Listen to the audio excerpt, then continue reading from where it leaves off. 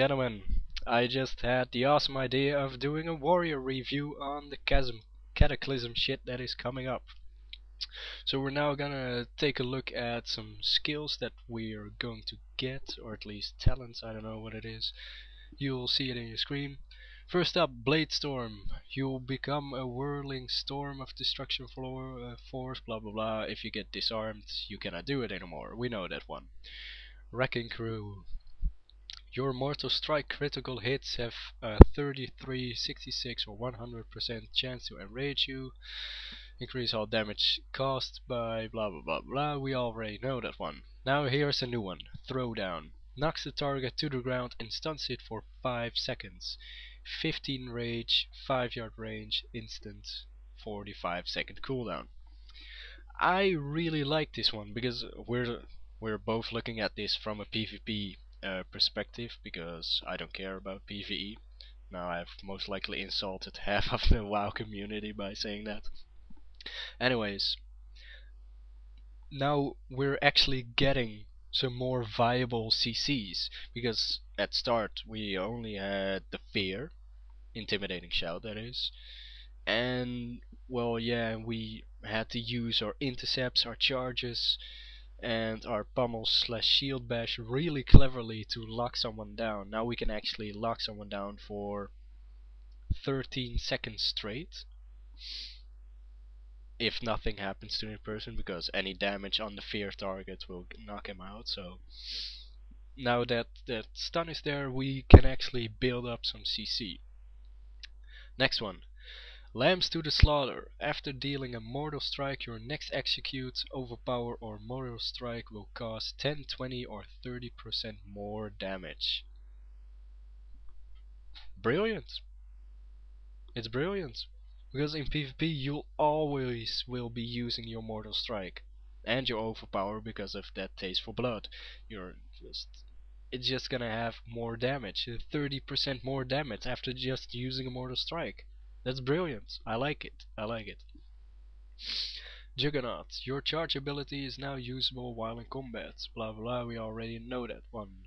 With the 25 chance of critically hits on your next slam or mortal strike. Alright, sudden death. There were some adjustments to that. Your melee hits have a 5/10% chance of resetting the cooldown on your Colossus smash and keep you 5/10 rage after using execute. Fine by me. I have no idea what Colossus smash is. I googled it everywhere. I just couldn't find it. So even if it's just for the execute use, that you keep 10 rage, it's fine. Improve slam. Decrease the swing timer of your slam by 5/1 seconds, a half and 1 second, and increases the damage by 10 or 20%. Now I believe the normal one is just the time reduced, swing time, and now they think, at least I think they add the 20% damage bonus, simply because ARMS PvE wasn't viable enough. There was more fury, because you get these massive two-handers and your Titan script, you just swing away and that is your damage, and ARMS was just tucked away in a corner being PvP. So alright, Deadly Calm, a new one again. For the next 10 seconds none of your abilities cast rage, but your continue to generate rage cannot be used during inner rage. It cannot be used during it, but it's a good way to build up to your inner rage. Imagine yourself being rage starved, right? Just absolutely no rage. You charge to someone, you use that ability, and you just bash away at your target, and suddenly you have inner rage.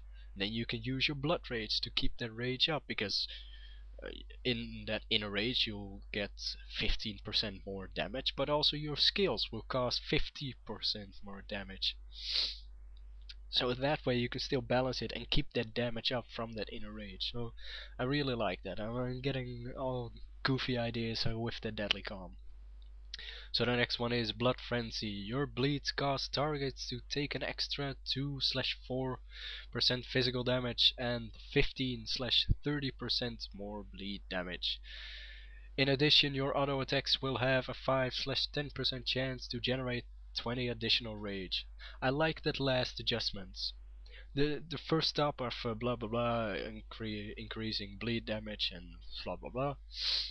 But that last part of generating more rage, I really like that. So that way you can basically never be rage starved, and that way you'll get easier to your inner rage to deal more damage. So it's the warrior is going to be based around that inner rage, because now you can generate additional rage, and with the deadly calm you can get to it faster and stuff like that. It's really good. Alright, so I have to wipe my nose here because I still have a cold. Taste for Blood increases your overpower critical strike chance with 20, 40 and 60%. In addition, whenever your rend, the blah blah blah blah blah, that last part we know. When your rend ticks, you get an overpower proc. But that first part is actually a bit stolen from improved overpower. Improved overpower was like 2 points. The first point was 25% increased crit chance, and the second was 50% increased crit chance. Now they basically spread that over three talent points or whatever, and they increased it with another 10%. Now that extra 10% is not really necessary, but it's fine to have. It's just making sure that it'll crit. Alright, Sweeping Strikes. We know that one. Your melee attacks strike an additional nearby opponent lasts for 10 seconds. Fun part is about this, it's not 5 stacks anymore. Because usually when you add Sweeping Strikes you see there's 5 in it and 5 attacks and it's gone. Now it's actually staying there for like the full 10 seconds and you can swing away like a madman, then it'll stay. Now the Impale has a bit buggy text, but I have it right here at least. Impale.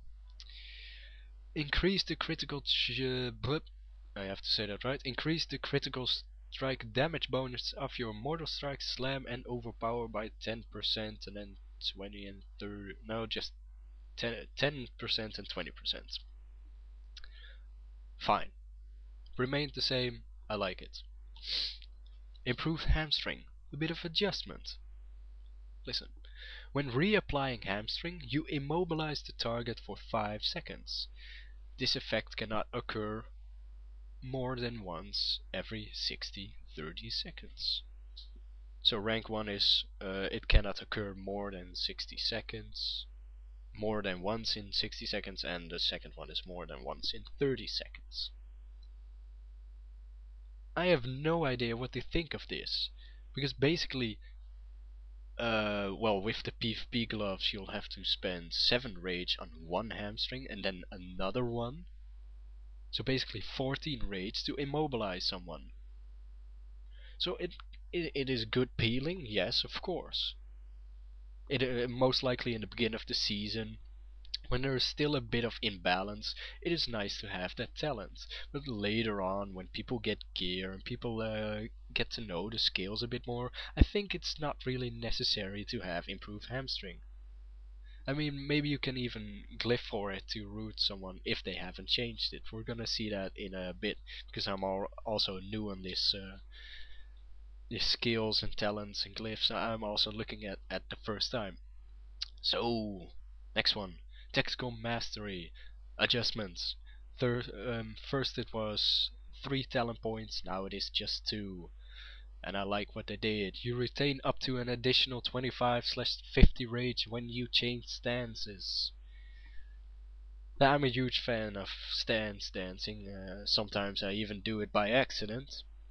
So that way you keep an enormous amount of rage. It used to be, I believe, 30 rage. Now it's like 20 more. They're really, Blizzard is really concerned about being rage starved or about stance dancing too much. They, as I said before, they're really basing it around that inner rage. This when you have 2 points of tactical mastery, you'll keep 50 rage. You'll just have to get 25 more rage to get inner rage. That way you can keep it up. Alright, second win. Whenever you are struck by a stun or immobilize effect, you generate 10/20 rage and 5% or 10% of your total health over